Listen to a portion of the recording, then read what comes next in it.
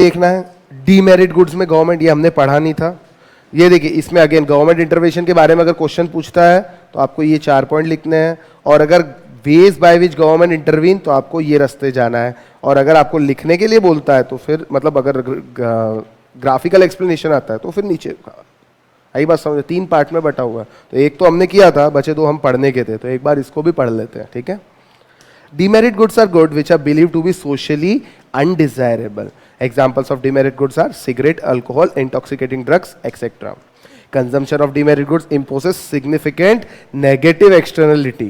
Consumption में negative है मतलब production में positive है, क्योंकि producer को बड़ा मजा आएगा, ठीक है। However, it should be kept in mind that all goods with negative externality are not necessarily demerit goods. सही बात है। Example, production of steel causes pollution, but still is not a socially undesirable goods, ऐसा जरूरी नहीं है। The general held argument is that consumer over value demerit goods because of imperfect information.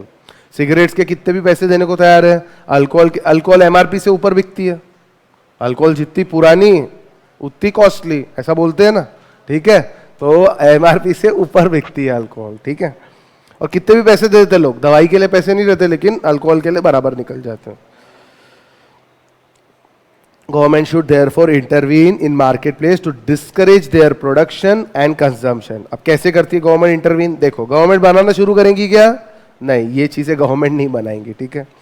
At the extreme, government may enforce complete ban on demerit goods. कुछ state dry state declared है जहां पे liquor ban है, ठीक है। Intoxicating drugs etcetera. In such case the possession, trading and consumption of the goods is made illegal through persuasion which is mainly intended to be achieved by negative advertising campaigns which emphasize the danger associated with consumption of demerit goods.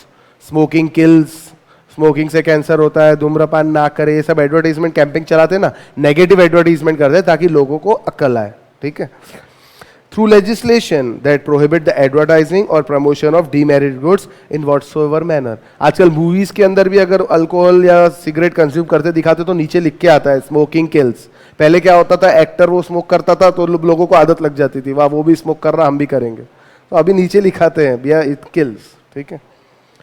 Strict regulations of the market for the goods may be put in place so as to limited access to the goods, especially by vulnerable groups such as children and adolescents.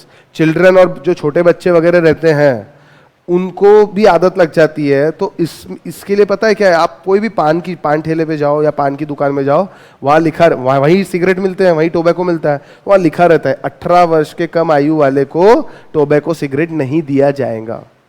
जिन लोगों को अक्ल नहीं रहती है, vulnerable group रहता है, उनको बेचो ही मत, सीधी सीधी बात, ठीक है।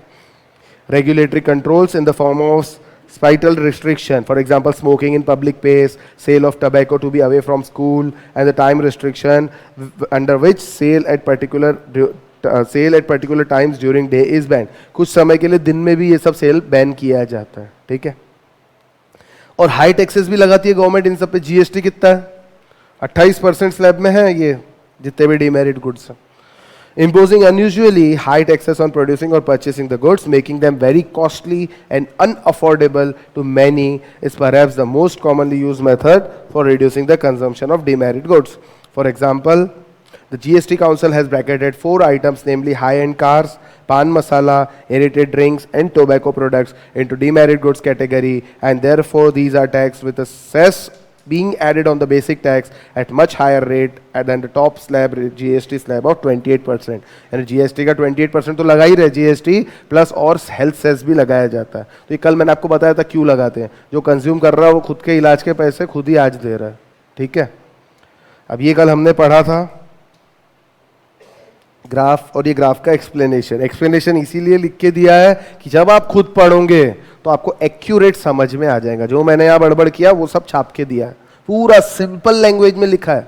जो लैंग्वेज मैं बोलता हूँ वही लैंग्वेज मैंने मेरे मन से बना के यहाँ लिखी हुई है। समझ आई बात? यानी जब आप पढ़ोगे तो हाँ अच्छा ये लिखा है, फिर ये एकदम आप आसानी से समझ जाओगे, ठीक है। कोई डाउट है किसी को? चलो आगे।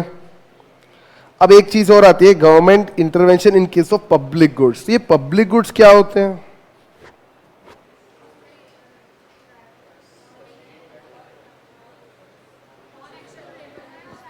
Pure public, non rivalries, non excludable, मतलब एक ने लिया तो दूसरे के लिए बेनिफिट कम नहीं होगा और किसी को आप मना नहीं करोगे। ये हो गया प्योर पब्लिक। थोड़ी देर के लिए पब्लिक गुड्स को भी यही समझ लीजिए, दोनों कंडीशन अगर सेटिस्फाई होती है तो, एक भी वॉयलेट होती है तो उसको हम क्या बोलते हैं? इम्प्योर हो गया। ठीक है। गवर्नमेंट इंटरवेंशन इस केस ऑफ पब्लिक गुड्स, अगर गवर्नमेंट डायरेक्टली इंटरवीन करेंगी, डायरेक्टली खुद ही देना स्टार्ट करेंगी पब्लिक गुड्स, तो फ्री में देंगी।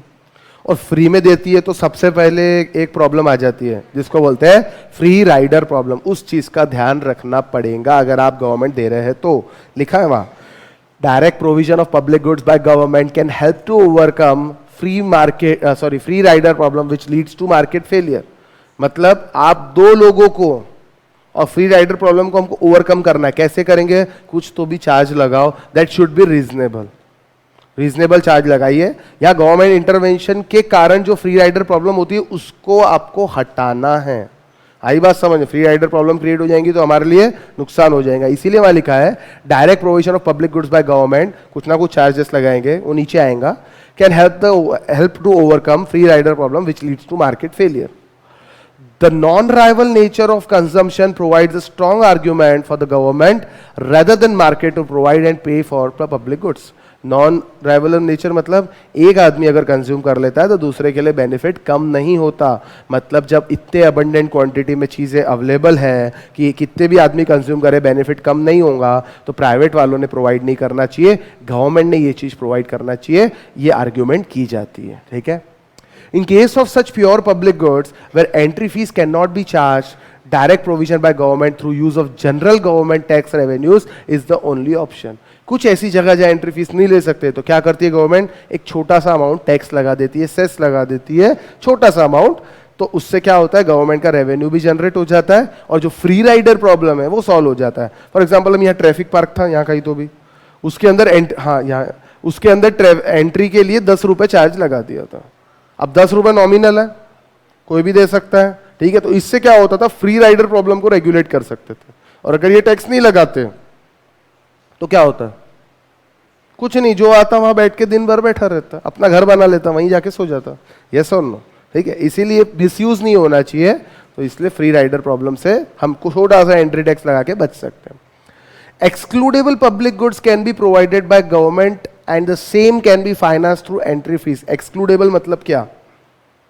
पब्लिक गुड्स की डेफिनेशन में तो नॉन राइवल और नॉन एक्सक्लूडेबल बोला था, मतलब किसी को एक्सक्लूड नहीं करेंगे। ठीक है, नहीं करेंगे, लेकिन अगर आप किसी को चाहो तो एक्सक्लूड तो कर सकते हो ना।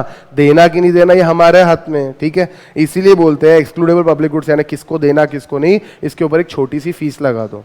क्यों? अगेन फ्री राइडर प्रॉब्लम से बचने के लिए। A very commonly followed method is to grant license to private firm to build the public good facility. Under this method, the goods are provided to public on payment of an entry fee. In such cases, government regulates the level of entry fees chargeable from public and keep a strict watch on functioning of the license to guarantee equitable distribution welfare. इसका example दे सकते हो क्या? ये जो अभी मैंने इतना पढ़ा, इसका एग्जाम्पल, बेस्ट एग्जाम्पल। प्राइवेट वाले को बोल रहे हैं कि आप ये पब्लिक गुड्स बनाइए और फिर एंट्री फीस चार्ज कीजिए। कौन रेगुलेट कर रहा है एंट्री फीस को? गवर्नमेंट। टोल रोड नहीं रहते, प्राइवेट वाले ही बनाते हैं उनको। प्राइवेट वाले को बोल दिया, बना दिया, और एंट्री फीस कौन डिसाइड करता है?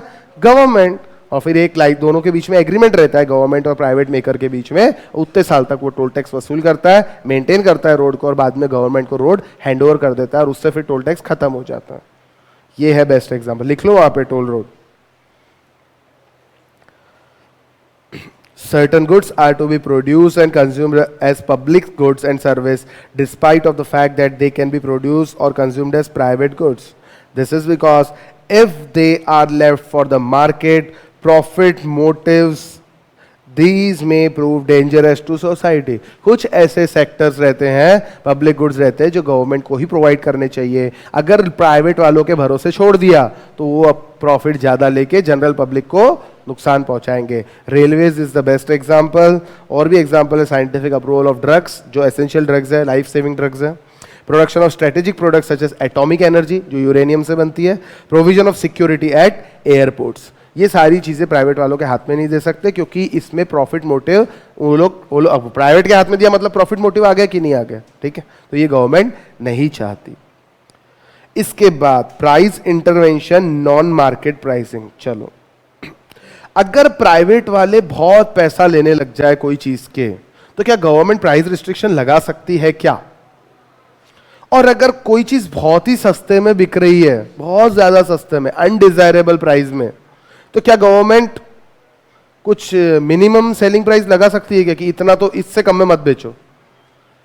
आपने सुना होगा एमएसपी के बारे में। क्या होता है एमएसपी? मिनिमम सपोर्ट प्राइस, ठीक है, किस चीज पे लगाती है गवर्नमेंट? एमएसपी नहीं सुना? मिनिमम सपोर्ट प्राइस फार्मर्स के फायदे के लिए लगा दे। कई बार एग्रीकल्चरल प्रोडक्ट का मार्केट प्राइस इतना ज्यादा नीचे चले जाता है कि फार्मर्स को जो कॉस्ट आती है वो उगाने की, वो भी रिकवर नहीं होती। तो ऐसे केस में गवर्नमेंट क्या करती है? एक एमएसपी तय करती है, मिनिमम सपोर्ट प्राइस, जो कहते हैं कि कॉस्ट का 1.5 गुना रहता है, ऐसा गवर्नमेंट बोलती है। मान लीजिए अगर 4,000 रुपए लागत आती है तो उसका 1.5 गुना यानी 5500 रुपए में गवर्नमेंट वो खरीदेंगी। रिसेंटली जो तुअर दाल वगैरह थी, एक बार तो बहुत ज्यादा बढ़ गई थी, 150 रुपए तक चली गई थी, ठीक है, लेकिन अभी वो तुअर दाल 4-4,500 के आसपास चल रही थी। तो गवर्नमेंट ने क्या किया, भाई फार्मर्स की लागत ही 4,000 रुपए, तो फिर फार्मर्स को कुछ बचना चाहिए ना, तो व्हाट गवर्नमेंट डिड, गवर्नमेंट ने एमएसपी डिक्लेयर कर दिया। अब ये एमएसपी का मतलब होता क्या है? फुल फॉर्म है मिनिमम सपोर्ट प्राइस, कि भैया प्राइवेट वाले ले या ना ले, गवर्नमेंट आपसे यानी फार्मर से ये जो दाल है ये 5500 रुपए में खरीदेंगी। तो फार्मर प्राइवेट वाले को 4500 में बेचेगा कि गवर्नमेंट को जाके बेचेगा? ऑब्वियसली। तो इससे क्या होगा, एक प्राइस एमएसपी लगा दिया, धीरे धीरे 2-4 दिन में या 10 दिन में मार्केट प्राइस जो 4-4,500 हजार के आसपास था, धीरे धीरे वो 5500 तक आ जाएगा। यस और नो? दूसरा, दाल के प्राइस 150 तक भी गए थे बीच में, 150 रुपए पर केजी। तब उसमें क्या करेगी गवर्नमेंट? एक प्राइस सीलिंग लगाएंगी कि इससे महंगा नहीं बेचना। यानी मान लीजिए 100 रुपए गवर्नमेंट सोचती है, तो 100 रुपए प्राइस सीलिंग लगाएंगी, तो गवर्नमेंट को 100 में देना भी पड़ेगा लोगों को, सीधी सी बात है। तो गवर्नमेंट ने जो स्टॉक लेके रखा है ये एमएसपी वाला, ये रिलीज करना स्टार्ट करेंगे सस्ते के अंदर। तो धीरे धीरे जो प्राइवेट वाले, अब आप किससे लोगे, 150 में लोगे कि गवर्नमेंट से लोगे? गवर्नमेंट से। तो धीरे धीरे क्या होगा, वो प्राइस 100 तक आ जाएगा। अब इसके लिए 2 ग्राफ हैं, पहले 2 ग्राफ देख लेते हम लोग, उसके बाद समझ में आएगा। पहला ग्राफ जो है ना वो एमएसपी का है, मिनिमम सपोर्ट प्राइस, ठीक है। पहला ग्राफ एमएसपी का है, मिनिमम सपोर्ट प्राइस। ध्यान देना, मिनिमम सपोर्ट प्राइस मतलब कि भैया प्राइस कम है, उससे ज्यादा गवर्नमेंट को देना है। मार्केट प्राइस 75 है, मैं लिख देता हूं, मार्केट में अभी जो प्राइस चल रहा है प्रोडक्ट का वो 75 है, लेकिन फार्मर्स को मिनिमम लागत 100 रुपए आती है और गवर्नमेंट चाहती है उनको 1.5 गुना मिले। यानी what is the price floor which government is deciding, it is 150। ये है आपका MSP, that is minimum support price. ऐसा गवर्नमेंट डिसाइड करती है, बराबर है, हा कि ना? अब एक आपका ये एज यूजुअल डिमांड कर्व, ये आपका सप्लाई कर्व। अगर अपन इसको बनाते हैं तो देखते कैसे बनाते, ठीक है, चलिए।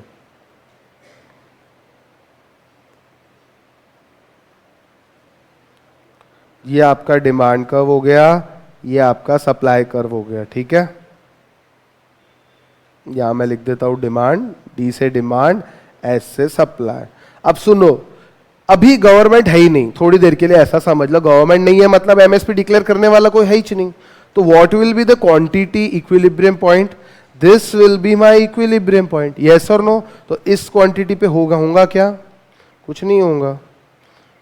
ये ऐसे एक लाइन ड्रॉ करेंगे और ऐसे एक लाइन ड्रॉ करेंगे, मतलब हुआ क्या? This is the price that is 75 and this is the quantity, original quantity, बराबर, ठीक है। अब गवर्नमेंट आती है, गवर्नमेंट बोलती नहीं भैया ये 75 नहीं, कितना, 150, 150 will be the price,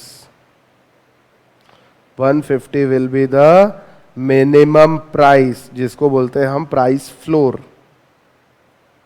ये है 150 रुपए का। प्राइस बढ़ने से सप्लायर सप्लाई बढ़ाएगा कि कम करेगा? सप्लायर की बात कर रहा हूं। Price goes up, demand goes down, price goes down, demand goes up, price goes up, supply also goes up, price goes down, supply goes down. ये बचपन में पढ़े हो आप लोगों ने। ये है लॉ ऑफ डिमांड, ये है लॉ ऑफ सप्लाई। बराबर है? इसमें शक है माय लॉर्ड? नहीं, ठीक है। अब ध्यान दो, ये प्राइस बढ़ गया 150 का। प्राइस 150 है ना, गवर्नमेंट 150 में खरीद रही है, बेच दो गवर्नमेंट को, तो सप्लायर क्या करेगा? जल्दी बेचो फटाफट।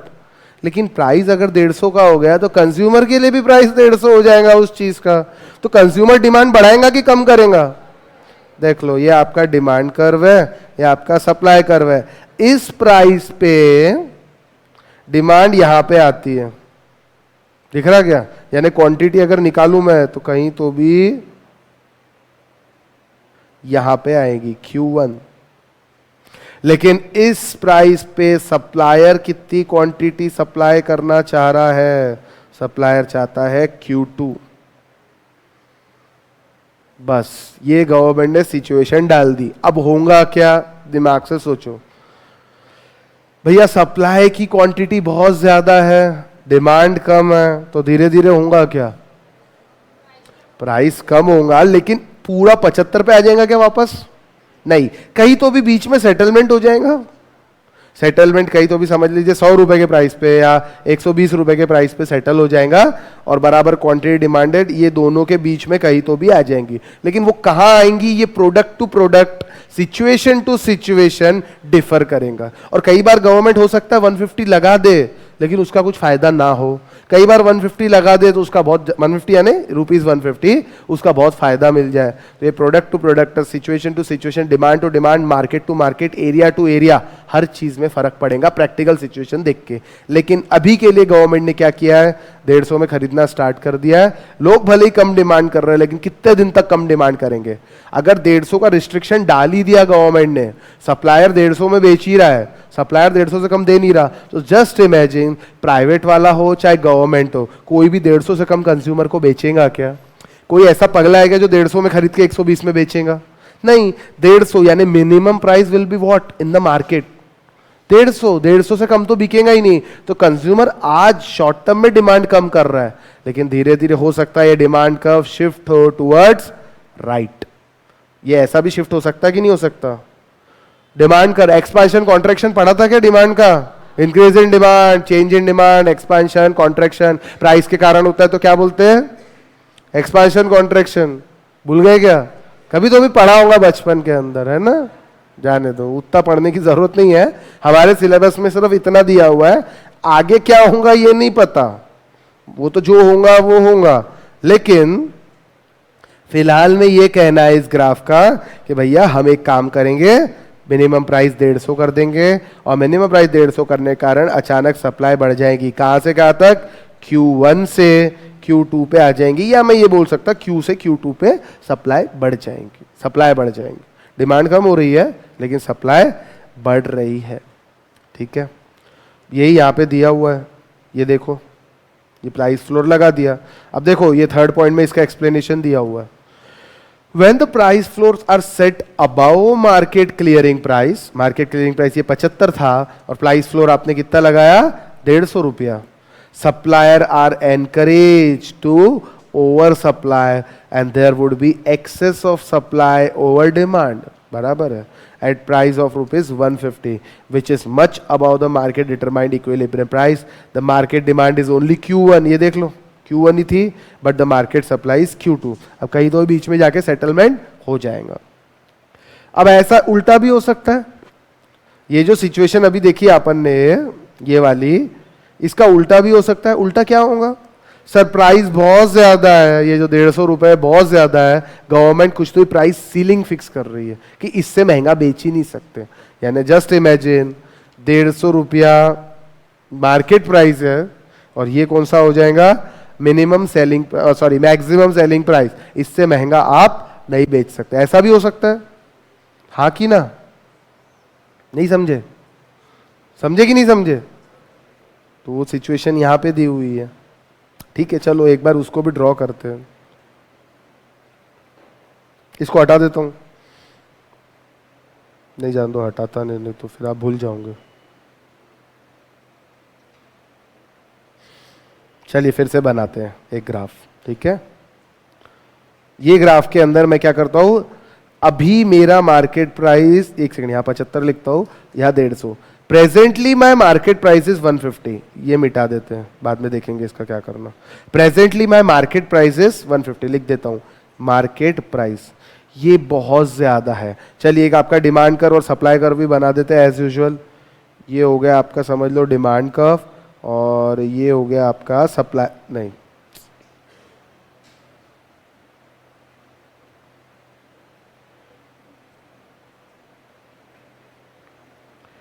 ये हो गया आपका डिमांड कर्व, और ये समझ हो गया आपका supply curve,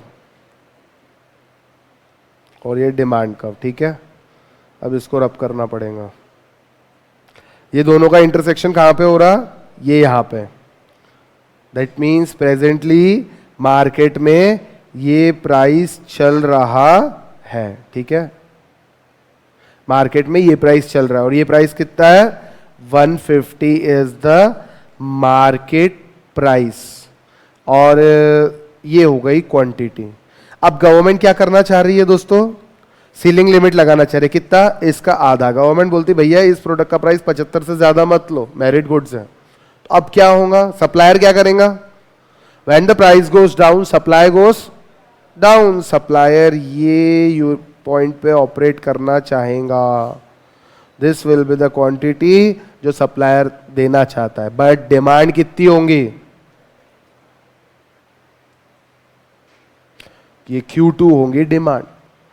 price goes down, demand goes up, quantity demanded बढ़ जाएंगी। अब क्या होगा?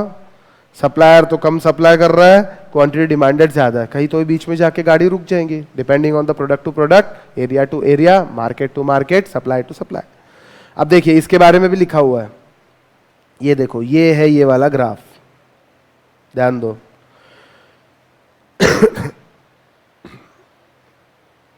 When the price of certain essential commodity rise excessively, government may resort to control in the form of price ceilings, also called as maximum price, for making a resource or commodity available to all at a reasonable price. For example, maximum prices of food grains and essential items are set by government during the times of scarcity. A price ceiling which is set below the prevailing market clearing price will generate excess demand over supply, as can be seen from the following figure. The price ceiling is 75, which is below the market price of 150, leads to generation of excess demand over supply equal to Q1 to Q2. ये देखो यहां से यहां बढ़ गया। समझ आया क्या? सिंपल है। आगे चले। अब ये ऑब्जेक्टिव क्या है गवर्नमेंट का? प्राइस स्टेबिलिटी रहना चाहिए, जबरदस्ती ज्यादा भी नहीं जाना चाहिए, जबरदस्ती कम भी नहीं जाना चाहिए, बराबर है ना?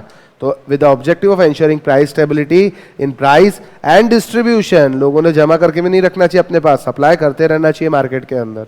Government often intervene in the grain market through building and maintaining the buffer stock. It involves purchases from market during good harvest and releasing the stock during period when production is below the average. Government कई बार food grains का stock अपने पास, कई बार क्या, हमेशा रखती है। जब harvesting अच्छी होती है तो खरीद लेती है फार्मर से, क्योंकि भैया उनको बराबर प्राइस मिल जाए। और जब मार्केट में बहुत ज्यादा प्राइस हो जाता है, लोग ब्लैक मार्केटिंग होर्डिंग करना स्टार्ट कर देते हैं, तो गवर्नमेंट अपना स्टॉक रिलीज करती है ताकि मार्केट में सप्लाई की कोई कमी ना हो और प्राइस ना बढ़े। आई बात समझ में? अच्छा, इंफॉर्मेशन फेलियर भी एक फेलियर होता है मार्केट में।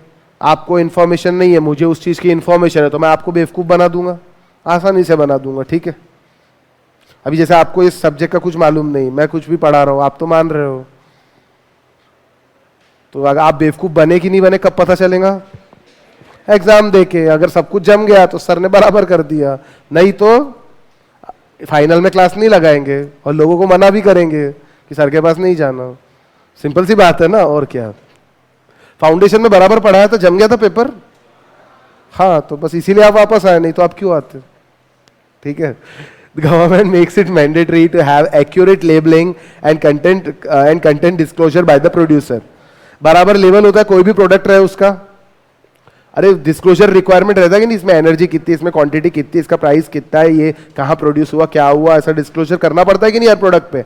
ये किसने बनाया रूल? गवर्नमेंट ने। For example, SEBI requires that accurate information be provided in prospective buyer of new stock. जब भी आईपीओ आता है, इनिशियल पब्लिक ऑफरिंग, तो एक प्रोस्पेक्टस देना पड़ता है कंपनी को, और वो प्रोस्पेक्टस सेबी चेक करती है कि आपने ट्रू एंड करेक्ट इंफॉर्मेशन दिया कि नहीं दिया, है ना। Public dissemination of information to improve knowledge and subsidizing of initiatives in that direction. Public को, जैसे म्यूचुअल फंड की एड आती है, पहले म्यूचुअल फंड सही है बोलते हैं और फिर क्या बोलते हैं? Mutual fund investment are subject to market risk, please read the offer document carefully before investing. अब सुन लो, म्यूचुअल फंड की बात कर रहे हो ना, तो सुन ही लो अब आप लोग, आपका डाउट क्लियर कर देता हूं। म्यूचुअल फंड जो रहता है उसमें यूनिट्स रहते हैं, शेयर्स नहीं रहते, यूनिट्स ऑफ म्यूचुअल फंड बोलते ना हम लोग। ये यूनिट्स की प्राइस डिसाइड कैसे होती है? ये मत बोलना मार्केट के डिमांड सप्लाई से डिसाइड होती है, बिल्कुल नहीं। वो तो शेयर्स की प्राइस डिसाइड होती है मार्केट के डिमांड सप्लाई से। म्यूचुअल फंड का यूनिट्स का प्राइस डिसाइड कैसे होता है? जो म्यूचुअल फंड बेचती है वो कंपनी डिसाइड करती है? नहीं, एक एनएवी नाम की चीज रहती है। इसको क्या बोलते हैं? Net asset value. ये एनएवी आती कहां से? जो भी आप यूनिट्स परचेज करते हो, मान लीजिए आज मैं आपको अनाउंस करता हूं मैं म्यूचुअल फंड यूनिट्स लॉन्च कर रहा। कितने यूनिट्स? 10,000 यूनिट्स। और मैं आपको 10,000 यूनिट, एक यूनिट 10 रुपए में देने को तैयार हूं।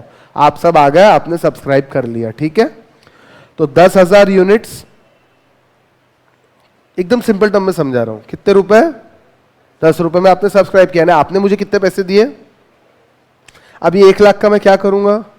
मैं यानी एसेट मैनेजमेंट कंपनी इन्वेस्ट करूंगा। कहां पे? मान लो आपने इक्विटी ओरिएंटेड फंड लिया। इक्विटी ओरिएंटेड फंड का मतलब जिसका 65% से ज्यादा, more than 65% of the amount is being invested in equity. ठीक है, चलो इक्विटी मार्केट में मैंने इन्वेस्ट किया। 1 साल बाद, 1 साल के अंदर ये 1 लाख के मैंने जो शेयर्स खरीदे थे, इनका भाव हो गया 1.5 लाख। और टोटल यूनिट्स कितने घूम रहे हैं मार्केट में? यानी पर यूनिट प्राइस कितना हो जाएगा? 15 रुपए। आप खुश हो जाओगे, वाह देखो 10 रुपए का यूनिट लिया था, आज 15 रुपए हो गया। यानी कितना परसेंट रिटर्न दे दिया? 50% रिटर्न मिल गया। 10 की चीज 15 हो गई, मतलब 50% रिटर्न मिला ना। ये बढ़ भी सकता है तो कम भी तो हो सकता है ना, बराबर है। अब मान लीजिए ये 1 लाख का 90,000 रुपए हो जाता है, लॉस हो गया 10,000। ठीक है ना। Mutual fund investment are subject to market risk, please read the offer document carefully before investing. कम हो गया, अब क्या होगा? ये 10 रुपए के 9 रुपए हो गए। क्या सिर्फ 10% नुकसान हुआ आपको 1 रुपए का, कि ज्यादा हुआ? ज्यादा कैसे?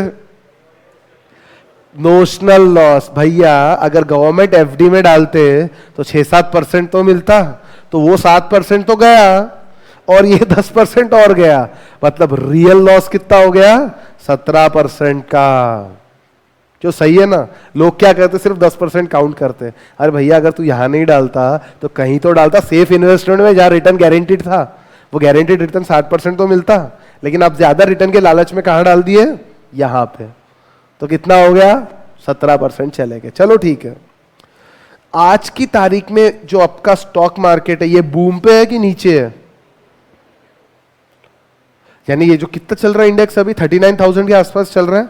तो आपके हिसाब से ये इंडेक्स बहुत ज्यादा चल रहा है कि बहुत कम चल रहा है? अभी अभी तो और बढ़ेगा। आप लोगों के हिसाब से क्या होना चाहिए? बढ़ेगा और जाएगा 50-60 हजार तक? नहीं। किसी और कैप्स के टीचर ने आपको म्यूचुअल फंड पे ज्ञान दिया है? पहले ये बता दो मुझे। मैं कॉन्ट्राडिक्ट नहीं करना चाहता किसी टीचर को, इसीलिए पूछ रहा हूं। सच्ची सच्ची बोलना, किसी ने कुछ नहीं बोला? नीरज सर वगैरह ने? चलो हाँ, जनरल नॉलेज किसी ने कुछ बोला क्या? म्यूचुअल फंड में इन्वेस्ट करना चाहिए ऐसा वैसा, किसी ने कुछ बोला क्या? नहीं ना, हाँ ठीक है। अब ध्यान से सुनना, आज ये स्टॉक मार्केट कितना चल रहा है आपका? अप्रोक्सीमेटली 39,000। क्या आपको मालूम है, प्लीज ध्यान दो, एक समय ऐसा था जब हम लोग स्टडी करते थे, जब मैं सीए फाइनल में था, एक समय ऐसा आया था जब ये स्टॉक मार्केट 30,000 तक पहुंचा था। ये तो 39 तो आज है, 30,000 तक पहुंचने के बाद ये स्टॉक मार्केट वापस 8,000 पे आया था, वापस 8,000 पे आया था। तो जस्ट इमेजिन, अगर किसी म्यूचुअल फंड के यूनिट का भाव 100 रुपए तक होगा इस 30,000 मार्केट पे, तो जब 8,000 हो गया तो ये म्यूचुअल फंड के यूनिट्स का प्राइस कम होगा कि बढ़ेगा? क्यों? क्योंकि एसेट की वैल्यू कम हो गई तो यूनिट्स की वैल्यू कम। मान लो ये भाव आके 30 रुपए हो गया, तो 100 वापस कब आएगा? जब तक ये 8,000 से 30,000 पे नहीं जाता वापस। सिंपल सी बात है। अब मुझे बताओ, जिस आदमी ने 30,000 पे ये यूनिट्स खरीदे होंगे, जिस इंसान ने ये यूनिट्स खरीदे होंगे, और बढ़ेगा, जैसे आप लोग बोल रहे हैं सर अभी तो 50-60 जाना बाकी है, ऐसा आप लोग बोल रहे हो, ठीक है, तो ये और ऊपर जाएगा। और लेकिन अगर ये वापस 30 रुपए आ गया तो आपकी तो बैंड बच गई। अभी 8 से वापस 30 जाने को कितना टाइम लगेगा? 3-4 साल लगेंगे। 3-4 साल में कहीं एफडी वगैरह में डाल देते तो पैसे वैसे ही आपके डबल हो जाते हैं। आप सॉरी 5-6 साल में पैसे डबल हो जाते हैं कंपाउंड इंटरेस्ट के हिसाब से। अगर 10-12% आपको रिटर्न मिलता है तो आपकी तो बैंड बच गई। सबसे बढ़िया एक चीज हमेशा ध्यान रखना, जब मार्केट में शेयर मार्केट नीचे जाता है that is the time of buying the stocks, और जब मार्केट बूम पे चल रहा है that is not the correct time of buying the stocks. मैंने एचडीएफसी बैंक के शेयर इस मार्केट में, ये मार्केट दिख रहा है ना, इस मार्केट में मैंने एचडीएफसी बैंक के शेयर पता है कितने में लिए थे? 700 रुपए में। अब ध्यान से सुनना, इसकी फेस वैल्यू उस दिन थी 10 रुपए। बाद में 1 साल बाद एचडीएफसी ने स्टॉक स्प्लिट किया। स्टॉक स्प्लिट समझता है? स्टॉक को स्प्लिट किया मतलब मैं अगर किसी के पास एक शेयर 10 रुपए फेस वैल्यू का है तो उसको 2 रुपए फेस वैल्यू के 5 शेयर दे दिए। मतलब मेरे पास जो मैंने मान लीजिए 100 शेयर लिए होंगे तो मेरे पास कितने हो गए? अब 500 शेयर हो गए वही प्राइस में, यानी 700 में मेरे को कितने मिल गए? 700 रुपए पर शेयर में मेरा एक। अभी इसका प्राइस भी कम हो गया, डिवाइड बाय 5, ये अंदाज आ गया समझ लो 140 के आसपास। यानी मेरा स्टॉक मैंने कितने में खरीदा, इसका मतलब क्या हो गया? 140 रुपए में। भैया मेरे पास 700 रुपए में मैंने एक शेयर लिया, बराबर है, और मुझे एक के बदले कितने मिल गए? 5, वो भी इतने रुपए में मिले ना, मैंने थोड़ी ज्यादा दिया। तो कितने का पड़ा मेरे को एक शेयर? 140 रुपए का। सिंपल। आज इस शेयर का भाव क्या है पता है क्या?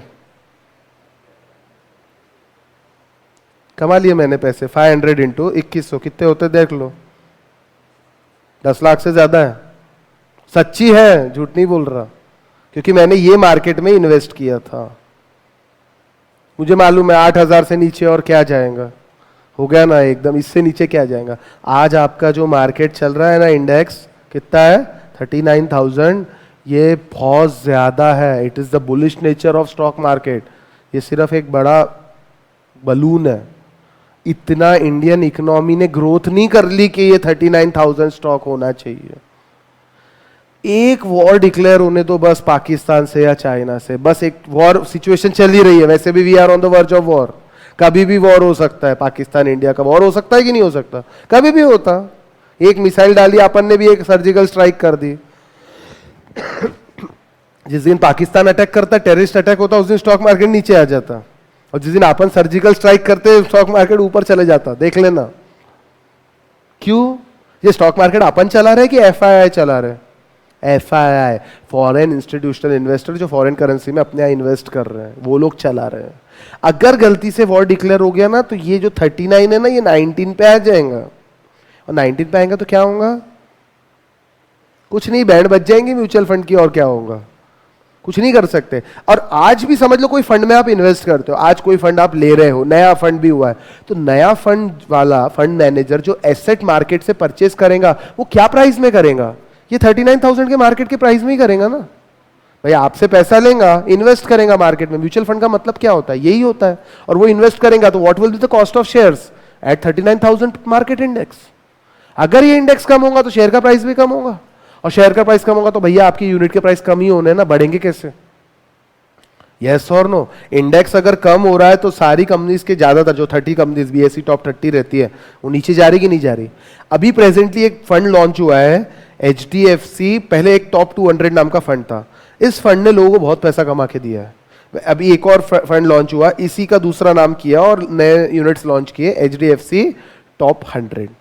अगर इन्वेस्ट करना ही है फिर भी आपको थोड़ा बहुत, तो इस फंड में करो, रिस्क थोड़ी कम है।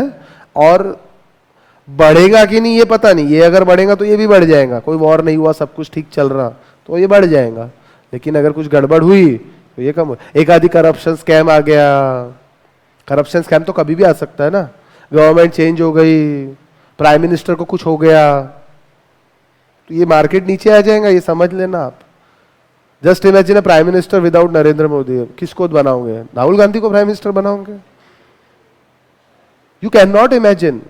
अभी 4 स्टेट्स में इलेक्शन हुए थे, चारों स्टेट्स में कांग्रेस जीत गई, छत्तीसगढ़ में, कर्नाटक में, इधर। क्यों जीती? क्योंकि वहां पे स्टेट को रूल मतलब चलाने के लिए चीफ मिनिस्टर का जो फेस था उनके पास अच्छा था।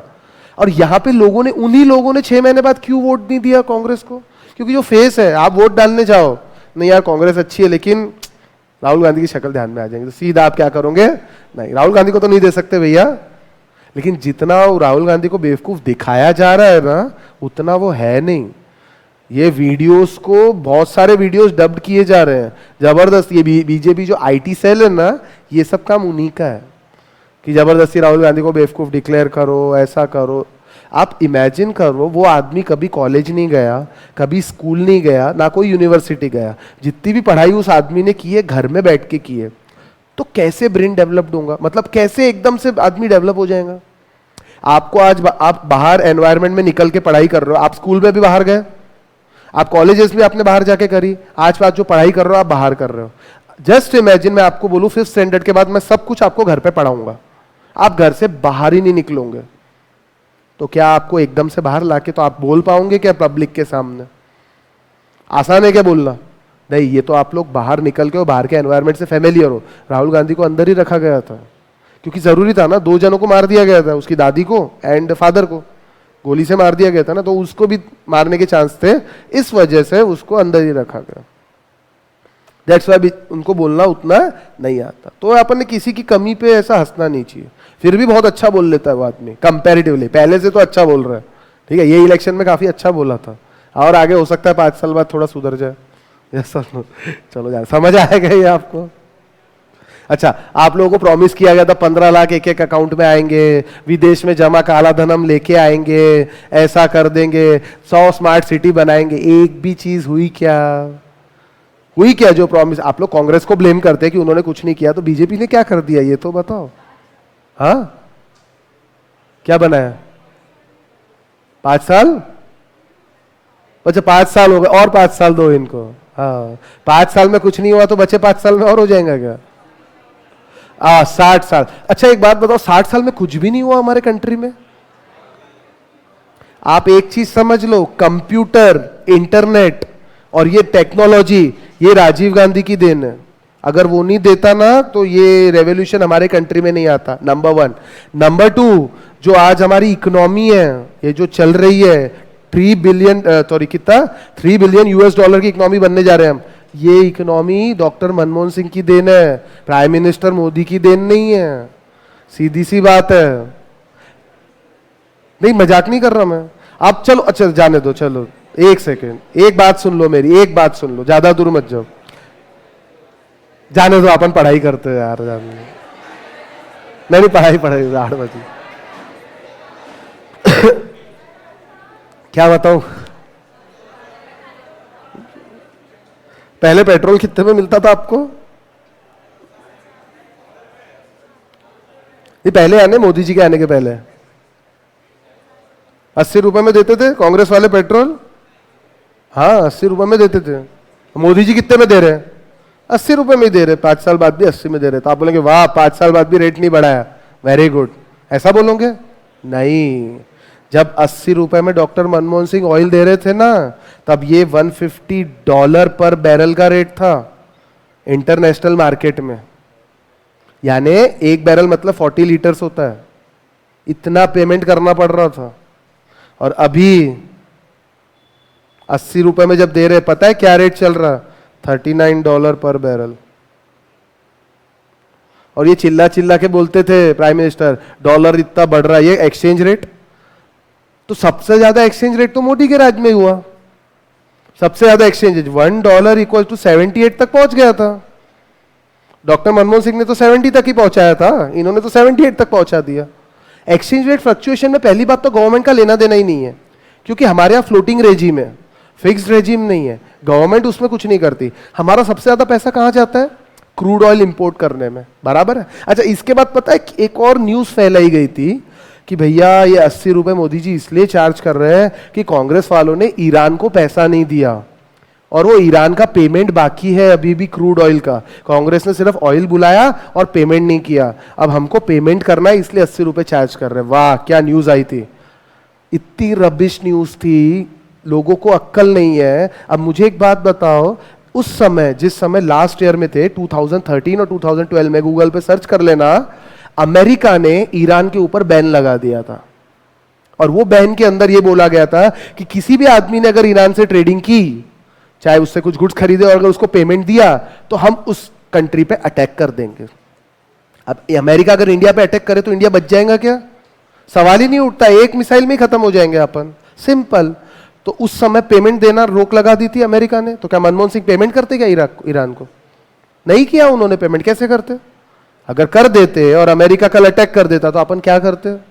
तो उन्होंने उस समय कंट्री को चलाया है जब ये हालत थी। तो भैया अभी तो चलाना बहुत आसान है ना। ये जो रेवेन्यू आपको इतना गवर्नमेंट का दिख रहा है, आपको मालूम है पेट्रोल पे सब्सिडी खत्म हो चुकी है, डीजल पे सब्सिडी नहीं मिल रही, एलपीजी सिलेंडर पे भी सब्सिडी छटाक भर की है।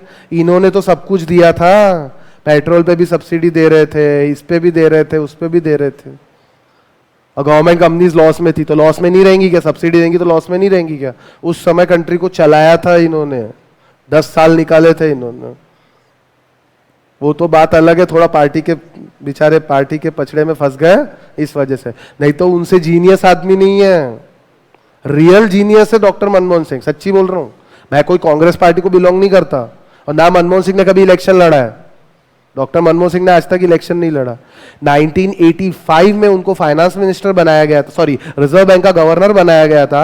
1989 में जब इंडियन इकोनॉमी पूरी वर्ज पे कोलैप्स होने पे आ गई थी, तब नरसिम्हा राव गवर्नमेंट में उनको फाइनेंस मिनिस्टर बनाया गया था और उन्होंने एलपीजी पॉलिसी लाई थी। और ये एलपीजी पॉलिसी के कारण ही हम आज यहां पे हैं। आज इंडिया में क्या नहीं है? देखिए, कमी तो बहुत है, कमी तो हम निकालते ही सकते हैं, लेकिन अच्छा भी तो बहुत कुछ है ना। और 60 साल में कुछ नहीं हुआ, कुछ भी नहीं किया इन लोगों ने, ऐसा भी नहीं बोल सकते हम। इतने सारे एम्स, आईआईटी इंस्टीट्यूशन। अच्छा, आज आईआईएम कितने हैं?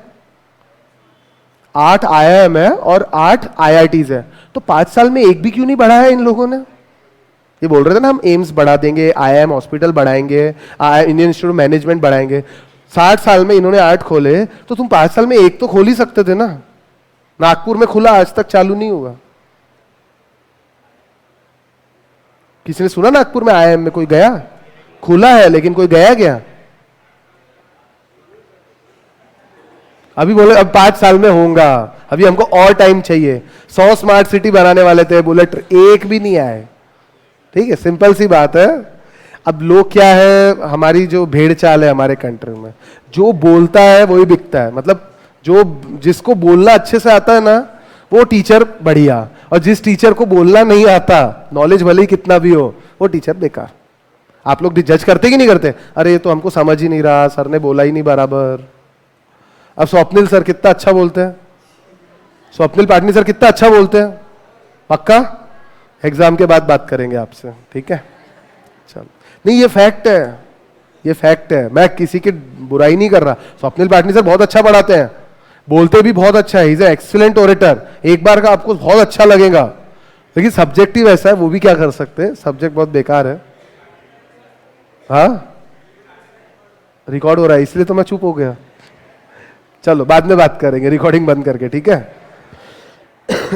चलो ध्यान दो, रेगुलेशन ऑफ एडवर्टाइजिंग, ध्यान दो ना, regulation of advertising and setting the advertising standards to make advertising more responsible, informative and less persuasive.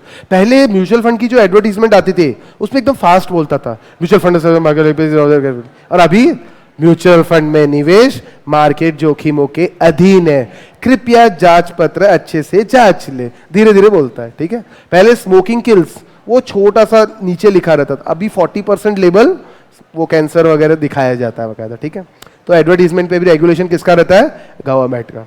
अब देखो एक बेवकूफी भरा काम जो आपकी मोदी गवर्नमेंट ने किया। One of the most important activities of government is to redistribute incomes so that they are equity and fairness in the society, जिसको हम बोलते हैं अनइक्वल डिस्ट्रीब्यूशन है ना हमारे सोसाइटी में, अमीर बहुत अमीर है, गरीब बहुत गरीब है। तो गवर्नमेंट का एक और काम है, क्या काम है? फेयर एंड इक्वल डिस्ट्रीब्यूशन होना चाहिए। ठीक है, some common policy intervention for bringing equity include progressive income tax, targeted budgetary allocation, unemployment compensation, transfer payment, subsidies, social security schemes, job reservation, land reforms, gender sensitive budgeting, etc. Government also intervenes to combat the black economy and market distortion associated with parallel black economy. Government intervention in the market that reduces efficiency while increasing equity is often justified because equity is greatly appreciated by the society. सबको समान अधिकार रहना चाहिए. However, we cannot be sure whether government intervention would be effective or whether it would make the functioning of economy less efficient. कई बार government अच्छा करने जाती है और हो बुरा जाता है. Government failures occurs when intervention is ineffective, causing wastage of resources expended from the intervention, यानी जो खर्चा किया था पूरा वेस्ट हो गया, कुछ फायदा नहीं हुआ. Second, intervention produces fresh and more serious problem. कई बार इंटरवेंशन से और नई प्रॉब्लम हो जाती है. बोलते हैं ना, एक चीज ठीक करने गए और दूसरी परेशानी नहीं आ गई. There are cost and benefit associated with government intervention in market, and the important that policy makers consider all the cost and benefits of the policy intervention. देखिए, कोई भी पॉलिसी अगर इंप्लीमेंट करना है तो उसमें कुछ खर्चा लगेगा, और वो खर्चा लगने से अगर बेनिफिट ज्यादा हो तो ही हमने पॉलिसी इंप्लीमेंट करनी चाहिए, नहीं तो पॉलिसी इंप्लीमेंट नहीं करना चाहिए. एक प्रैक्टिकल एग्जाम्पल दिया है. Demonetisation of high denomination currency note on 8 या 8 तारीख को हुआ था. Extra printing cost to RBI was 4,544 crore rupees. ये एक extra printing cost. Previous year it was 3,421 crores during July 2015 to June 2016. एक साल में ये आई थी. और current year के अंदर July 16 to June 17, जिस बीच में demonetization हुआ था, ये cost आई 7,965 करोड़ रुपए. और एक भी रुपए कुछ फायदा हुआ क्या demonetization करके? बोलो हाँ, फायदा हुआ क्या? मैं बोलता नहीं, कुछ भी फायदा नहीं हुआ डिमोनेटाइजेशन से, कुछ भी फायदा नहीं हुआ. पूछो कैसे? आपके नोट पे क्या लिखा रहता? नोट करेंसी नोट सत्य में जयते नहीं रहता, उसके अलावा कुछ रहता. I promise to pay the bearer sum of rupees so and so. उसके अलावा एक चीज और लिखी रहती, गारंटेड बाय सेंट्रल गवर्नमेंट. यानी वो 1000 और 500 के नोट जो थे ना, वो 86% ऑफ द नोट, मतलब 86, हमारा जितना भी पैसा था उसका 86% उस फॉर्म में था. मतलब बताऊं आपको, 15 लाख करोड़ रुपए, कितना? 15 lakh crore rupees was in the form of 1000 and 500 rupees currency. What government thought कि इसमें से काफी सारा पैसा ब्लैक मनी है. ठीक है, ब्लैक मनी है तो गवर्नमेंट क्या करेंगी, लोग क्या करेंगे? बैंक में जमा नहीं करेंगे. जो ब्लैक मनी अगर आप जमा करेंगे तो आपको सोर्स एक्सप्लेन करना पड़ेगा ना, और सोर्स एक्सप्लेन आप कर नहीं पाओगे तो आपको जेल हो जाएंगी. सिंपल. तो लोगों, व्हाट गवर्नमेंट थॉट कि लोग सिर्फ 10 लाख करोड़ तक ही जमा करेंगे, 5 लाख करोड़ तो वापस आएंगे ही नहीं. तो अगर ये 5 लाख करोड़ वापस सर्कुलेशन में नहीं आते हैं तो गवर्नमेंट की लायबिलिटी, देखिए हर नोट यानी गवर्नमेंट की लायबिलिटी है. आई promise to pay the bearer, नहीं sorry, guaranteed by central government. तो गारंटी देना मतलब व्हाट? लायबिलिटी है कि एसेट है? लायबिलिटी है. तो अगर ये लायबिलिटी 5 लाख करोड़ से कम हो गई, अगर कोई लायबिलिटी 5 लाख करोड़ से कम हो जाती है तो इसका मतलब एसेट 5 लाख करोड़ से बढ़ गए. मुझे आपको 5 लाख करोड़ देने हैं और आप बोलते चलो मत दो, तो मेरी इनकम ही हो गई ना। वो जो देना था वो नहीं देना पड़ा, तो वो इनकम ही हो गई कि नहीं हो गई। गवर्नमेंट ये चाह रही थी कि सीधा एक साथ 5 लाख करोड़ का फाइनेंस फिस्कल डेफिसिट हमारा कम हो जाएगा, लेकिन ऐसा हुआ क्या? नहीं। आरबीआई के रिकॉर्ड के हिसाब से 99.3% नोट वापस आ गए। आए कि नहीं आए? आरबीआई बोल रही है, मैं नहीं बोल रहा। और ये भी फिगर बराबर नहीं है, आपको बता देता हूं। और इस टाइम पे रघुराम राजन को हटाया गया था और उर्जित पटेल को गवर्नर बनाया गया था। क्यों हटाया रघुराम राजन को? उन्होंने मना कर दिया डिमोनेटाइजेशन से, क्योंकि जब तक साइन नहीं मारेंगे तब तक नोट कैसे चलेगा ना। RBI governor is the whole and sole authority in India, note छापना कि नहीं छापना, बराबर है। रिसेंटली इलेक्शन के पहले government demanded 3,50,000 crore rupees from Urjit Patel कि भैया इतने नोट छापो और हमको जरूरत है, हमको लोन दो। What Urjit Patel did? He refused. Governor बदल दिया। के Shaktikanta Das is the present RBI governor. क्यों बदला गवर्नर? उन्होंने मना कर दिया नोट देने से, क्योंकि अगर और नोट छापते तो आपकी करेंसी यानी रुपीस की सप्लाई और बढ़ जाती। पहले ही डॉलर के मुकाबले रुपीस डेप्रिशिएट होता जा रहा है और आप रुपी की सप्लाई बढ़ा रहे हो तो और डेप्रिशिएट हो जाएगा, तो प्रॉब्लम होगी कि नहीं होगी? और इकोनॉमी डाइल्यूट हो जाएगी। 3 लाख रुपए नहीं मांग रहे थे, 3.5 लाख करोड़ रुपए छापने की बात कर रहे थे। तो जस्ट इमेजिन। तो ये सब चीजें एडवाइसेबल है क्या? नहीं। एक्चुअली आरबीआई को फ्रीली फंक्शन करने देना चाहिए। ये डिमोनेटाइजेशन की कोई जरूरत ही नहीं थी कंट्री को, सीधी सीधी बात है। और बेचारा ठीकरा किसके ऊपर फोड़ा? पाकिस्तान के ऊपर। कैसे? पाकिस्तान से नकली नोट आने वाले थे, इसीलिए देखो डिमोनेटाइजेशन के कारण टेररिज्म पे अटैक किया हमारे प्राइम मिनिस्टर ने। अरे कोई नकली नोट नहीं आने वाले थे, कुछ नहीं था। और नकली नोट तो 3 महीने बाद भी आ गए थे, न्यूज आ गई थी, 2000 के नकली नोट मिल गए, न्यूज आई थी। तो नकली नोट तो वैसे भी आएंगे, वैसे भी आएंगे। और ये भी बोला था नकली नोट बैंक में वापस नहीं आएंगे, नकली नोट वो हो जाएगा, ऐसा हो जाएगा। कई एक न्यूज भी चली थी, रिवर के अंदर नोट मिल रहे थे, है ना, लोगों ने कचरे में नोट डाल दिए थे। एक भी आदमी ने असली नोट कचरे में नहीं डाला था, सबने बैंक में ही जमा किया था। जो नकली नोट थे ना, उनको कचरे में डाला गया था। आगे की न्यूज किसी ने नहीं दिखाया, ठीक है। तो ये ब्लंडर ही था, इकोनॉमी के लिए कुछ अच्छा नहीं हुआ डिमोनेटाइजेशन में, ठीक है। जीडीपी 2% से कम हुआ, वो अलग। और जो पैरेलल इकोनॉमी ब्लैक मनी चल रही थी उस पे और हथौड़ा मार दिया इन्होंने। सिंपल सी बात है, it is a parallel economy, it is not the black money. Black money वो होती है जो इकोनॉमी के काम ही नहीं आ रही है, जो फॉरेन में जो जमा है ना पैसा, दैट इज ब्लैक मनी। जो यहां से गया है और वहां पे जमा पड़ा है, वो अपनी इकोनॉमी के काम आ रहा क्या? नहीं आ रहा। और प्रेजेंटली जो ब्लैक मनी है, मेरे पास कैश भी है, तो वो भी इकोनॉमी के काम आ रहा है ना। टैक्स कैन नॉट बी, कोई भी इनकम अनटैक्स नहीं हो सकती। It can only be delayed but can not be denied. GST जब से आया है तब से पॉसिबल ही नहीं है। अच्छा, जीएसटी जब कांग्रेस वाले लगाना चाह रहे थे तब इन्होंने अपोज किया था, सुना होगा आप लोगों ने। तो अब क्यों लेके आए खुद ने? जीएसटी एक अच्छी स्कीम थी, जीएसटी का पूरा ड्राफ्ट कांग्रेस गवर्नमेंट में तैयार हो चुका था, इन्होंने सिर्फ इंप्लीमेंट किया है।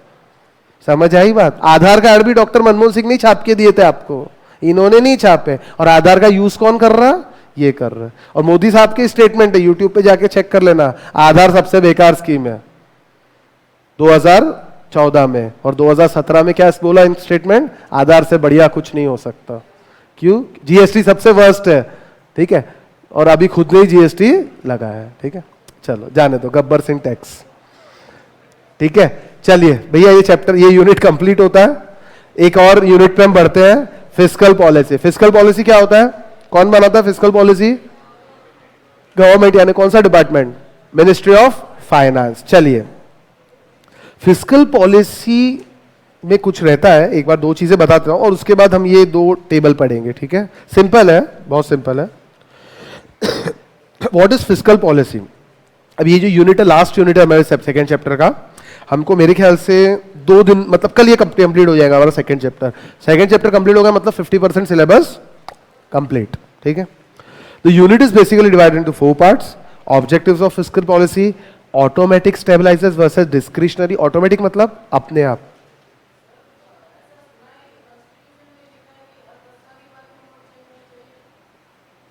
ऐसा सुना है, लेकिन मैंने भी सुना है, ऐसा भी सुना है मैंने कि एक बार अगर नोट बंद किया तो 3 साल तक आप वापस डिमोनेटाइजेशन नहीं कर सकते।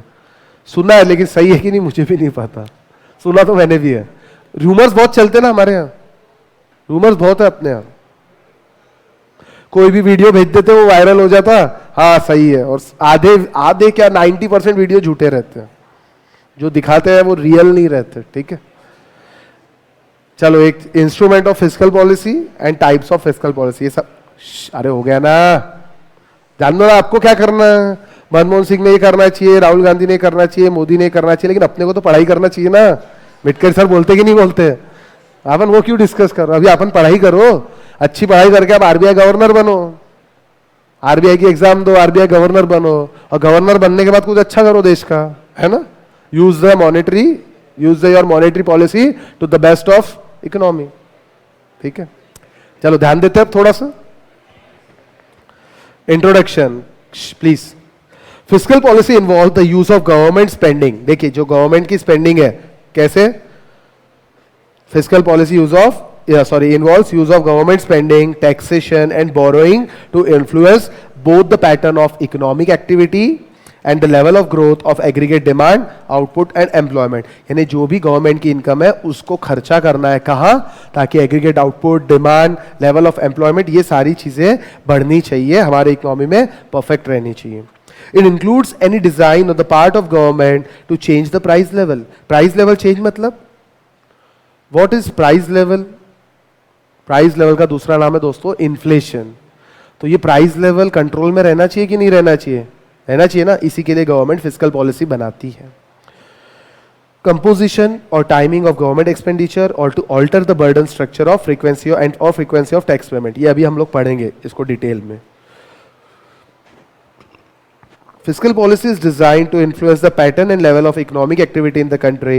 It is in the nature and demand of the demand side policy। ये भी हम लोग डिटेल में पढ़ने वाले हैं। Government action is the forum of fiscal policy is not required if full employment level is achieved। अगर मान लीजिए सबको एम्प्लॉयमेंट मिल गया, फुल एम्प्लॉयमेंट लेवल अचीव्ड है मार्केट में, तो गवर्नमेंट पॉलिसी लगाने का कोई मतलब होगा क्या? नहीं होगा। फुल एम्प्लॉयमेंट मतलब और कोई काम करने के लिए बाकी है ही नहीं, जितने लोग थे सबको जॉब मिल चुका है, तो economy is already operating in equilibrium. जब सब कुछ सही चल रहा है तो कुछ करना चाहिए क्या? नहीं, कुछ भी नहीं करना चाहिए। ऑब्जेक्टिव ऑफ फिस्कल पॉलिसी क्या है, ये इंपॉर्टेंट है। कॉमन ऑब्जेक्टिव एग्जाम में आया 2 मार्क के लिए, चुपचाप 4 पॉइंट लिख देना, टेंशन लेने की जरूरत नहीं। Achievement and maintenance of full employment, maintenance of price stability मतलब इन्फ्लेशन कंट्रोल में रहना चाहिए, acceleration of the rate of economic development and equitable distribution of income and wealth. Equitable distribution मतलब गरीब को अमीर बनाओ और अमीर को गरीब बनाओ। ठीक है,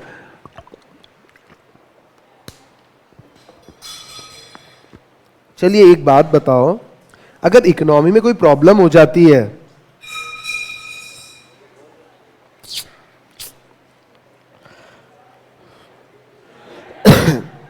इकोनॉमी में 2 प्रॉब्लम हो सकती है।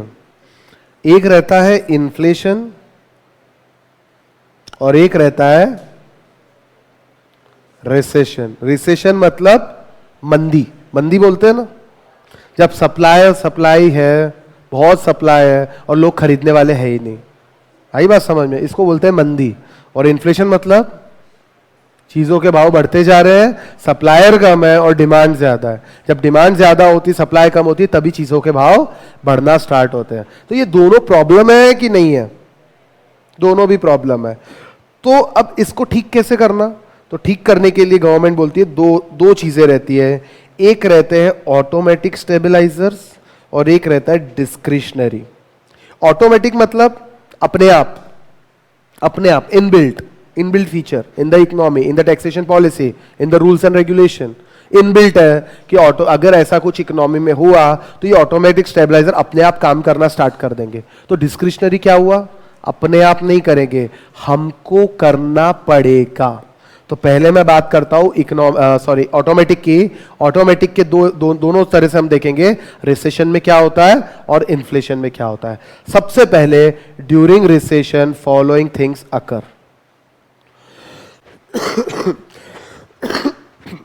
रिसेशन में लोगों की इनकम बढ़ती है कि कम होती है? बिजनेस बढ़ता है कि कम होता है? रिसेशन में कम होता है। Income of firm, individual, household are reduced. क्यों? क्योंकि बिजनेस कम हो गया। इसके कारण क्या होता है? Because of progressive taxation structure in our economy, अगर लोगों की इनकम कम होगी तो गवर्नमेंट टैक्स कम लेंगी कि ज्यादा लेंगी? भैया प्रोग्रेसिव टैक्सेशन मतलब personal income minus tax is equal to personal disposable income. तो पर्सनल इनकम अगर कम हो रही है तो टैक्स भी कम लगेगा, टैक्स कम लगेगा तो डिस्पोजेबल इनकम ज्यादा बचेंगी कि नहीं बचेंगी? बचेंगी ज्यादा, क्योंकि टैक्स कम लग रहा है। पहले 45% अगर टैक्स लगता था तो अभी 20% टैक्स, सॉरी पहले 30% लगता था और अब 20% के स्लैब में आ गए आपकी इनकम कम होने के कारण। तो डिस्पोजेबल इनकम जो आपके पास है वो थोड़ी ज्यादा बचेंगी, बराबर। अच्छा, और अगर मंदी रहती है इकोनॉमी में तो एम्प्लॉयमेंट बढ़ता है कि कम होता है? एम्प्लॉयमेंट कम होता है। तो जब भी एम्प्लॉयमेंट कम होता है यानी अनएम्प्लॉयमेंट प्रॉब्लम राइज होती है तो गवर्नमेंट अलाउंसेस देती है, अनएम्प्लॉयमेंट अलाउंस। महंगाई बढ़ती है तो महंगाई भत्ता देती है, यस और नो? इसको क्या बोलते हैं हम लोग? ट्रांसफर पेमेंट्स, पढ़ा था हमने ये। तो लोग, गवर्नमेंट क्या करेंगी? लोगों को ट्रांसफर पेमेंट देंगी। अब ये सारी चीजें होने के कारण पर्सनल डिस्पोजेबल इनकम बढ़ती है। कैसे बढ़ रही है? फ्री में ट्रांसफर पेमेंट भी मिल रहा है, पर्सनल इनकम बढ़ गई, और टैक्स भी कम लग रहा, तो डिस्पोजेबल इनकम बढ़ेगी कि नहीं बढ़ेंगी? ये ऑटोमेटिक स्टेबलाइजर है, रिसेशन के कारण अपने आप हो रहे हैं। गवर्नमेंट ने कुछ किया नहीं, क्योंकि गवर्नमेंट ने ऐसी पॉलिसी बना के रखी है कि ये अपने आप हो जाएगा। अब देखिए, डिस्पोजेबल इनकम बढ़ गई, डिस्पोजेबल इनकम बढ़ गई तो लोग क्या करेंगे? खर्चा ज्यादा करेंगे, यानी डिमांड करेंगे। तो धीरे धीरे हो सकता है रिसेशन से निकल के हम लोग इन्फ्लेशन की तरफ आ जाए। ये ऑटोमेटिकली है। जैसे हमारी बॉडी के अंदर भी ऑटोमेटिक WBC रहते हैं, व्हाइट ब्लड कॉर्पोसेल्स जिसको हम बोलते हैं। अगर हमको कुछ इन्फेक्शन होता है तो वो लोग फाइट करते कि नहीं करते? वो ऑटोमेटिक रहते हैं। लेकिन अगर वो पूरे नहीं पड़ते हैं तो हमको क्या करना पड़ता है? मेडिसिन लेनी पड़ती है, एक्स्ट्रा स्टेबलाइजर्स डालने पड़ते हैं हमारी बॉडी के अंदर। तो उससे क्या होता है? फिर वो लोग फाइट करते हैं। तो इतने से काम बन जाता है क्या? नहीं बनता है। तो उसको फिर नेक्स्ट हम क्या करेंगे? Discretionary fiscal policy. ये तो ऑटोमेटिक स्टेबलाइजर है, इसके बाद डिस्क्रिशनरी आएंगे, यानी गवर्नमेंट को करना पड़ेगा। लेकिन अगर रिसेशन स्टार्ट हो जाता है तो ये ऑटोमेटिक वाले इमीडिएटली एक्टिव हो जाएंगे। तो ये तो हुआ रिसेशन के टाइम पे। तो इन्फ्लेशन के टाइम पे क्या होगा? ये देखो, ड्यूरिंग इन्फ्लेशन या एक्सपांशन के केस में फॉलोइंग थिंग्स अकर। लोगों की इनकम बढ़ जाती है, यस और नो? इन्फ्लेशन यानी डिमांड बहुत ज्यादा है, सप्लाई कम है, यानी जितने भी फैक्टर्स ऑफ प्रोडक्शन है सबको हायर कर लेगा बिजनेस वाला। सबको हायर करेगा तो सबको फैक्टर पेमेंट्स देगा, तो income from individual, firms, household are increased. अब इनकम बढ़ गई तो प्रोग्रेसिव टैक्सेशन होने के कारण गवर्नमेंट टैक्स ज्यादा लेंगी, मतलब हाथ में कम बचेगा। और एम्प्लॉयमेंट बढ़ गया, अभी बिजनेस वालों ने सबको हायर कर लिया तो अनएम्प्लॉयमेंट अलाउंस मिलेगा क्या? नहीं, यानी टैक्स ज्यादा लग रहा, बच कम रहा है, और अनएम्प्लॉयमेंट अलाउंस जो पहले मिलता था वो भी नहीं मिल रहा। Leads to lower disposable income in the hands of individual. अब ये लोअर डिस्पोजेबल इनकम, अगर पैसे हाथ में कम बच रहे हैं तो खर्चा बढ़ाते हैं कि कम करते हैं? कम करते हैं। मतलब इकोनॉमी में हम जो डिमांड कर रहे थे वो कम हो जाएंगी, और डिमांड कम हो जाएंगी तो इन्फ्लेशन से धीरे धीरे धीरे धीरे रिसेशन की तरफ आएंगे। आई बात समझ में? ये ऑटोमेटिक स्टेबलाइजर है। हमारी जैसी इंडियन इकोनॉमी में ये कोई काम के नहीं है, ये काम नहीं करते, क्योंकि हमारे यहाँ प्रॉब्लम माइनर नहीं होती, मेजर प्रॉब्लम्स होती है। ठीक है, तो करना क्या पड़ेगा? इससे काम नहीं चलेगा, हमको कहां जाना पड़ेगा? डिस्क्रिशनरी। ये है आपके डिस्क्रिशनरी। आपने जीडीपी यानी वो एक्सपेंडिचर मेथड वगैरह से पढ़ा था। ये C+I+G+X-M यानी नेट एक्सपोर्ट्स। ये NX मतलब नेट एक्सपोर्ट्स, X-M। ये पढ़ी थी इक्वेशन हमने कि नहीं पढ़ी थी? पढ़ी थी, याद है अच्छे से? क्यों, क्या, कैसे आया था, सब बताया था। अब एक बार इसको भी देख लेते थोड़ा सा। Automatic stabiliser are not always sufficient to correct instabilities. Instabilities यानी या तो रिसेशन या इन्फ्लेशन, ये हमेशा सही नहीं रहते। तो क्या करेंगे? Discretionary fiscal policies refers to deliberate policies or action taken by government to correct instabilities fluctuating in the economy.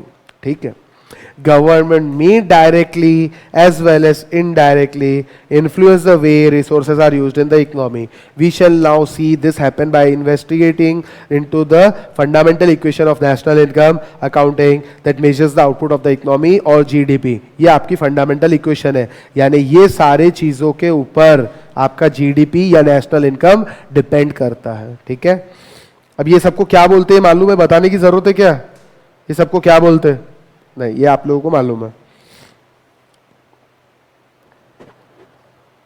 अब आते हैं instruments of fiscal policy.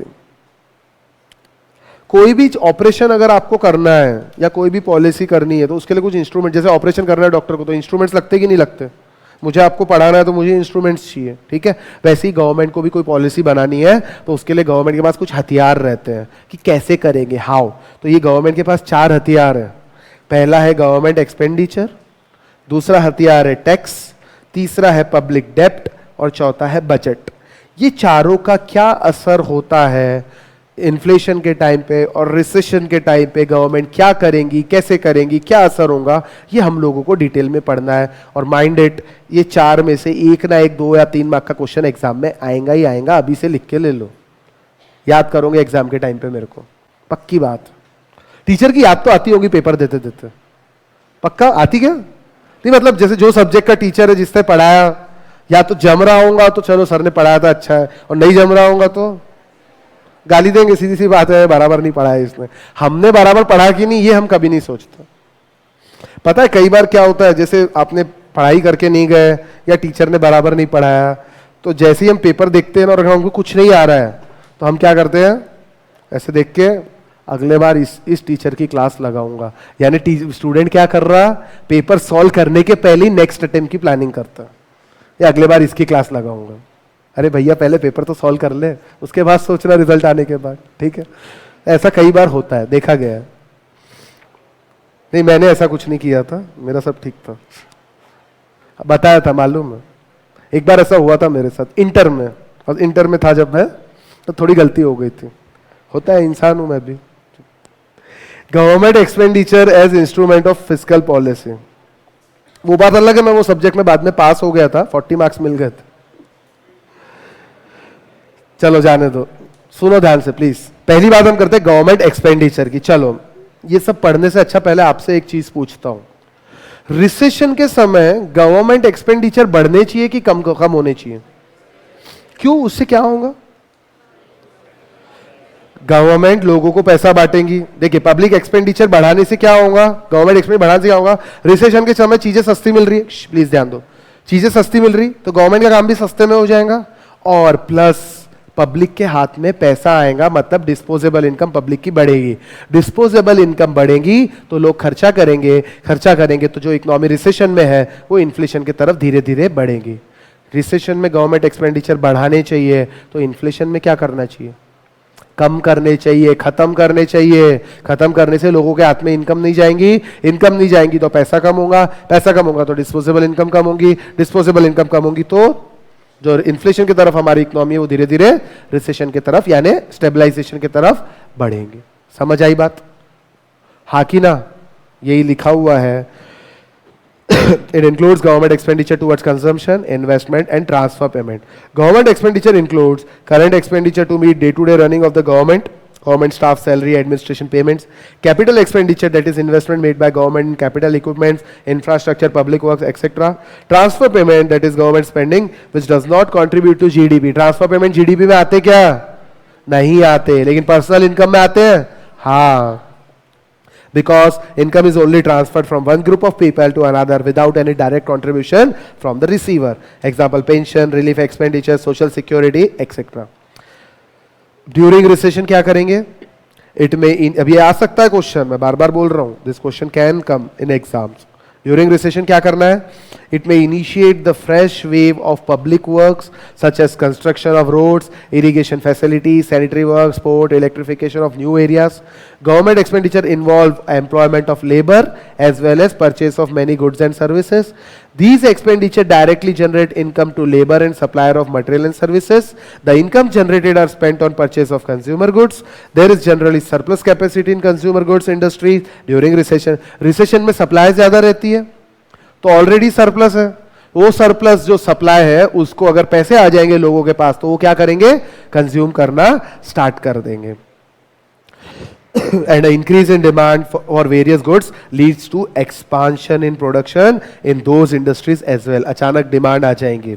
Additionally, a program of public investment will strengthen the general confidence of businessmen and consequently their willingness to invest. तो ये जो recession है धीरे धीरे stabilise हो जाएगा और इन्फ्लेशन की तरफ आ जाएंगे हम. अब देखिए एक पंप प्राइमिंग नाम का कंसेप्ट लिखा हुआ है। पंप प्राइमिंग समझता है आपको क्या होता है? वो हैंडपंप देखा आपने, हैंडपंप, उसको अपन ऐसे ऐसे करते तो कुछ निकल के आता, क्या? पानी, बराबर है, पानी निकलता, उसको बोलते पंप प्राइमिंग। प्राइमिंग कैसे कर रहे हैं हम? वैसे इकोनॉमी में कुछ तो भी करना पड़ेगा जिसके कारण कुछ तो भी निकल के आएगा, तो कुछ तो भी क्या है वो यहां लिखा हुआ है, ठीक है, ध्यान दो। A distinction is made between the two concept of public spending during depression, depression यानी रिसेशन। दो कंसेप्ट है, कौन से? एक पंप प्राइमिंग और दूसरा है कंसेप्ट ऑफ कंपेंसेटरी स्पेंडिंग। दोनों में फर्क है। कंपेंसेटरी स्पेंडिंग मतलब अनएम्प्लॉयमेंट क्रिएट हो गई तो उनको कंपेंसेट करके देना, मतलब वो कंपेंसेटरी स्पेंडिंग हो गई, कंपेंसेशन के लिए खर्चा, वो चीज अलग है। जैसे टीएडीए रहता है, डियरनेस अलाउंस, मतलब क्या? महंगाई भत्ता। महंगाई बढ़ रही है इसलिए central government state government employ को गवर्नमेंट क्या कर रही है?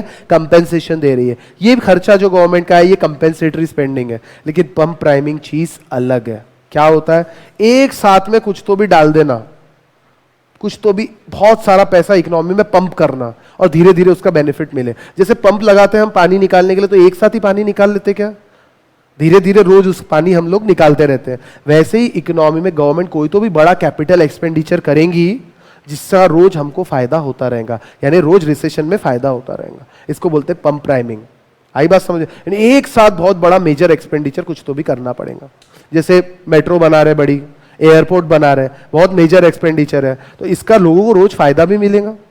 रोड्स बना रहे, टनल्स बना रहे, इसका रोज फायदा मिलेगा, ठीक है। इसको बोलते हैं पंप प्राइमिंग। देखते हैं। Pump priming involve one shot injection, एक बार में काम खत्म। तो एक बार में काम खत्म यानी बड़ा एक्सपेंडिचर करना पड़ेगा। One shot injection of government expenditure into the depressed economy with aim of boosting business confidence and encouraging large private investment. It is temporary fiscal stimulus in order to set off the multiplier process. Investment multiplier समझता है? आपको बताया था मैंने। अरे के आपका investment multiplier याद है क्या? तो बोलते क्यों नहीं आप लोग? खाना नहीं खा के आए क्या? It is temporary fiscal stimulus. हाँ, कहा गया? हाँ, the argument is that with the temporary injection of purchasing power into the economy through the rise in government spending financed by borrowing rather than tax. देखो, financed by borrowing rather than tax मतलब क्या हुआ इसका? Tax बढ़ाने से personal disposable income बढ़ती है कि कम होती है? तो पहले इकोनॉमी में रिसेशन में है और आप टैक्स बढ़ाओगे और टैक्स लेके वो खर्चा करोगे तो गलत है ना। तो एक काम करो, टैक्स मत लो, बोरो करो। बोरो कैसे होगा? पब्लिक से बोरो करेंगे। तो बोरो कैसे किया जाता है? मतलब गवर्नमेंट बोरो कैसे करती है? गवर्नमेंट बॉन्ड्स इशू किए जाते हैं, गवर्नमेंट सिक्योरिटीज। लेकिन लोग कब लेंगे गवर्नमेंट बॉन्ड्स और गवर्नमेंट सिक्योरिटी? जब अट्रैक्टिव इंटरेस्ट रेट रहेंगे। तो गवर्नमेंट क्या करेंगी? इंटरेस्ट रेट बढ़ा देगी। जो पहले 6% चलता था, गवर्नमेंट बोलेंगी हम 8% में बॉन्ड्स दें, 8% बॉन्ड इशू करेंगे, 9% बॉन्ड इशू करेंगे। तो लोगों को ये स्कीम कैसी लगेगी? अट्रैक्टिव लगेगी। तो लोग क्या करेंगे? वो बॉन्ड्स में इन्वेस्ट करेंगे। बॉन्ड्स में इन्वेस्ट करेंगे तो गवर्नमेंट के पास पैसा आएगा और उस पैसे से बड़ा अमाउंट गवर्नमेंट एकदम से पंप प्राइम कर देंगी इकोनॉमी के अंदर। और वो पैसे का बेनिफिट किसको मिलेगा? पूरी जनरल पब्लिक को मिलेगा। आई बात समझ में? वही लिखा है यहाँ पे,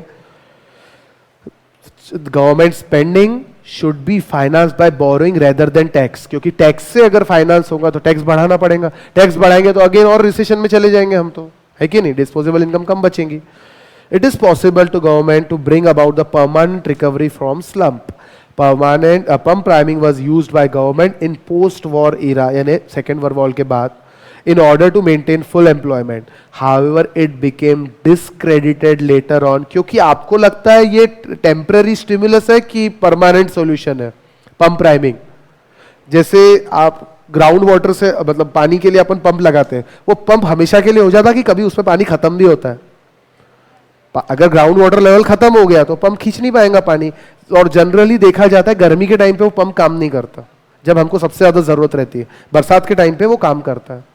तो ये पंप प्राइमिंग टेम्पररी मेजर है, परमानेंट सॉल्यूशन नहीं है रिसेशन का। लेकिन एक बार की जो हमारे को तकलीफ रहती है वो हम दूर कर सकते हैं, ठीक है। और परमानेंट काम करना है तो कुछ और करना पड़ेगा, पंप प्राइमिंग से काम नहीं चलेंगे।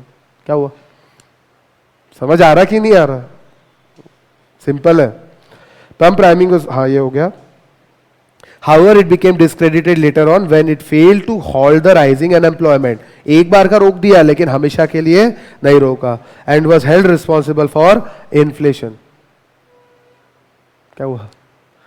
Compensatory spending is said to be resorted when the government spending is deliberately carried out with the obvious intention to compensate for deficiency in private investment. Compensatory spending मतलब कोई तो भी private investment में कमी आ गई, या unemployment allowance देना है, या आप बोल सकते हैं inflation बहुत ज़्यादा हो गया, तो compensatory गवर्नमेंट लोगों को compensate करके देंगी गवर्नमेंट। जैसे कोई हादसा हो जाता है तो गवर्नमेंट क्या करती है? कंपेंसेशन देती है कि नहीं? तो ये कंपेंसेशन में जो गवर्नमेंट का खर्चा होता है इसको बोलते हैं कंपेंसेटरी स्पेंडिंग। ठीक है, अब इन्फ्लेशन में क्या होगा? ये सब चीजों का क्या करना चाहिए? खर्चा बढ़ाना चाहिए गवर्नमेंट ने अपना? अरे अभी देखा ना, रिसेशन में गवर्नमेंट स्पेंडिंग बढ़ती है कि कम होती है? बढ़ती है। तो इन्फ्लेशन में क्या होगा? टैक्स रेट बढ़ाना चाहिए इन्फ्लेशन में। वो टैक्स के बारे में हम बाद में बात करेंगे, अभी हम टैक्सेस इंस्ट्रूमेंट नहीं देखा बेटा। हमने 4 इंस्ट्रूमेंट देखे हैं, एक गवर्नमेंट एक्सपेंडिचर, टैक्सेस, पब्लिक डेब्ट और बजट। अभी मैं सिर्फ एक ही इंस्ट्रूमेंट से क्या करूंगा इसकी बात कर रहा हूं। ठीक है, तो गवर्नमेंट एक्सपेंडिचर का क्या करोगे आप? इन रिसेशन में भैया सर हम गवर्नमेंट एक्सपेंडिचर बढ़ा देंगे ताकि लोगों को काम मिले और fresh wave of public work start हो। तो इन्फ्लेशन में क्या करोगे? गवर्नमेंट एक्सपेंडिचर का कम करेंगे। Public expenditure is also used as policy instrument to reduce the severity of inflation and to bring down the price. This is done by reducing government expenditure when there is fear of inflationary rise in price. Reduced income on account of decreased public spending helps to eliminate the excess aggregate demand. Inflation आता क्यों है? Demand बहुत ज्यादा है, supply कम है। तो ये excess demand को कैसे हटाया जाएगा? लोगों के हाथ में पैसा ही मत दो। पैसा कब हटेगा लोगों के हाथ से? जब गवर्नमेंट अपना खर्चा करना कम कर देगी। लोगों के हाथ में पैसा ही नहीं आएगा, और पैसा ही नहीं आएगा तो खर्चा कहां से करेंगे? ठीक है।